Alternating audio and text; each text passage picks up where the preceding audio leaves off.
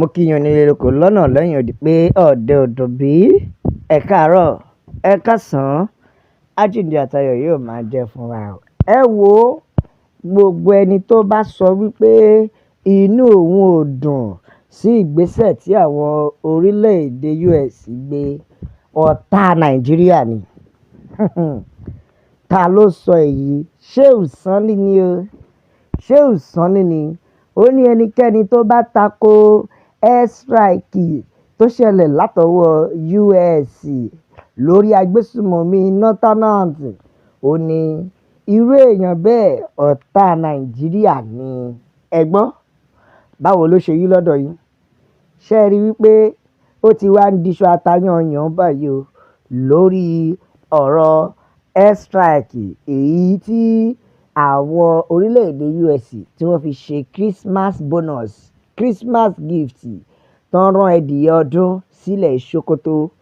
Tó ẹ wò ó, ẹ jẹ́ kí n gbé yín débẹ̀. Gẹ́gẹ́ bẹ́ẹ̀ ṣe mọ Shehu Sani dáadáa, ìyẹn former Kaduna Central Senator Shehu Sani, ó ti jáde ó ti sọ̀rọ̀, ó nínú òun dùn gidigidi o sí nǹkan àbí ìgbésẹ̀ tí àwọn orílẹ̀-èdè US gbé.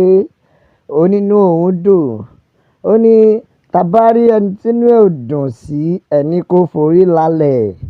Ó wá sọ nǹkan kan, ó ní ẹnikẹ́ni èèyàn kéèyàn tó bá tako ìgbésẹ̀ tí àwọn United States ìyẹn airstrike lórí agbésùmọ̀mí ní Nàìjíríà tó bá tako ìgbésẹ̀ tó gbé yálà bí wọ́n ṣe bọ́ǹbù Sokoto ni tàbí tó bá tún máa ṣe, ẹnikẹ́ni tó bá tako, ó ní irú èèyàn bẹ́ẹ̀ kó wọn jọ, wọn bá pọ̀ ẹ kó wọn jọ, ẹ wá rán wọn ṣẹ́ lọ sínú igbó Sambisa káwọn gan lọ ṣe é.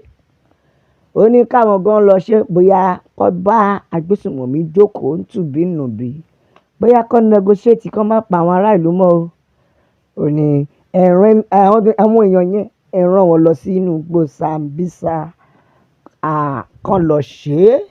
Gẹ́gẹ́ bí nǹkan tí Sani sọ ní orí ọ̀rọ̀ rẹ̀, ó ní ohun tó dùn mọ́ mi nínú ni nǹkan tí ó ṣẹlẹ̀ lọ́jọ́ Kérésì níbi tí àwọn United States tí wọ́n ti fi ẹ̀bùn ọdún ránṣẹ́ sí àwọn agbésùmọ̀mí ní Northwest region of the country. Ó wá ní gbogbo ẹnikẹ́ni tó bá wá wù tó wá tako ẹ̀bùn ọdún tó fún àwọn agbésùmọ̀mí, tó ń sọ pé wọn ò bá má ṣe bẹ́ẹ̀, tó ń sọ kátikàti lẹ́nu, ó ní ẹ kó wọn jọ, ẹ fún wọn lówó mọ́tò àbí kẹ́ ẹ gbé wọn débẹ̀, ẹ jẹ́ kó lọ sí igbó Sambisa tàbí kó lọ sí Zamfara tàbí kó lọ sí Sokoto fúnra wọn. Ó ní kó lọ sí Sokoto fúnra wọn, lẹ́yìn náà kó lọ bá àwọn agbésùmọ̀mí fúnra wọn. Ó ní irú àwọn èèyàn bẹ́ẹ̀ ẹni kó lọ sí igbó Sambisa, bóyá kó wá lọ wàásù tàbí kó lọ sọ̀rọ̀ tàbí kó negotiate pẹ̀lú agbésùmọ̀mí. Àbí ṣebí wọ́n tó bá tako ọ̀nà ojútùú kan, bóyá yálà bóyá wọ́n sọ ojútùú kan ni ó wá tako, ó jẹ́ kó o mọ bó ṣe máa ní ojútùú míì náà. Nígbà tó bá gbé ìgbésẹ̀ kan tó bá sọ pé kò right, ó yẹ kó o lè mọ bó o ṣe máa solve problem.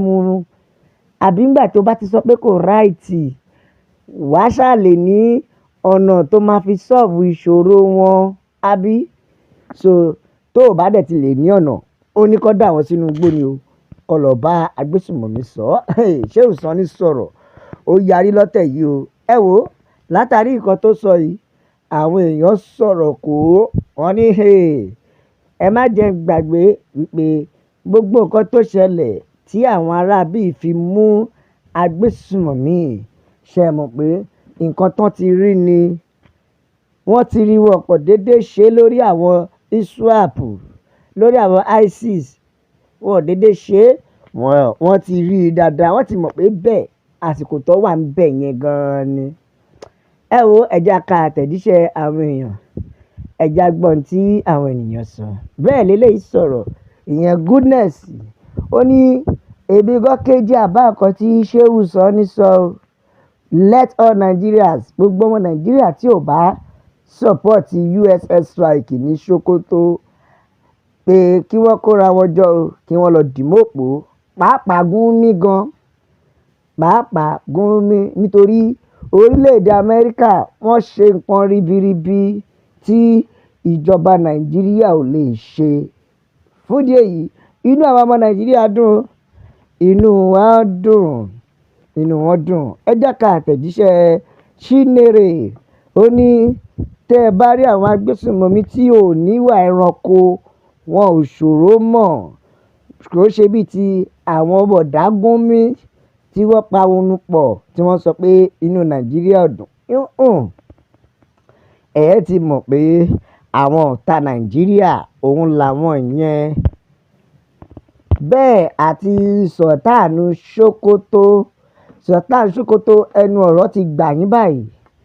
Níbo lẹ wà nígbà tí wọ́n ṣiṣẹ́ láabi wọn? Ẹ jẹ́ ká rán yín létí o. Let him remember what Abacha did to former Sultan.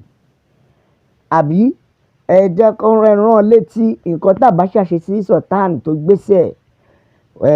Tó bá ti mọ̀ wà wá mọ̀ pé kò sí ẹni tí ò lè mú, kò sẹ́ni tọ́wọ́ ìjọba ò lè mú.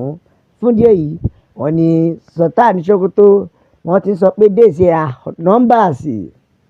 Ẹ jẹ́ ká àtẹ̀jíṣẹ́ Idris, ó ní irú àwọn èèyàn bẹ́ẹ̀ wọ́n ò fẹ́ lọ síwájú Yorùbá, wọ́n ò fẹ́ lọ síwájú Nàìjíríà. Ẹ kó wọn lọ sígbó Sambisa, ẹ jẹ́ kó lọ wo bó ṣe ń rí. A dẹ̀ mọ̀ pé kò lè ṣẹ̀yìn Gumi, Malami, Sultan Sokoto, Ribadu àti bẹ́ẹ̀ bẹ́ẹ̀ lọ. Gbogbo ẹ̀yà alátìlẹyìn fún agbésùnmọ̀mí. Ẹ̀yin ni Ọlọ́run ni wọ́n ní àṣírí gbogbo yín yóò tú.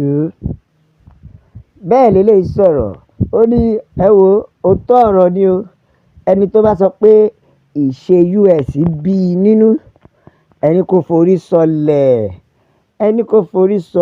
nítorí agbésùnmọ̀mí lòun náà yóò jẹ́. Àwọn ènìyàn tẹ̀lé ọ̀rọ̀ Shehu Sani o, nítorí ọ̀rọ̀ ló sọ. A jẹ́ pé ìwọ tó fẹ́ lọ síwájú Yorùbá, ìwọ gan ló mọ̀ fẹnu sọ. Ẹ̀yin gbọ́ kí Mufti ti Ìwó gan jáde, ẹnu ẹ̀ wọ̀ wì bí ọbẹ̀ lá. Bẹ́ẹ̀ ṣe rí kí Olú Ìwó gan sọ̀rọ̀ níbo tó mọ̀ pé àdó olóró ò dá lára. Tó bá sọ pím, àwọn orílẹ̀-èdè US wá sí jù sí lápò.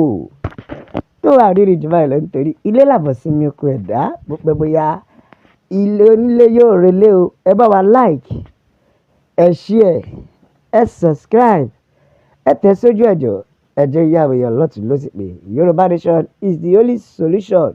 La fi kì í pé ó dàbọ̀.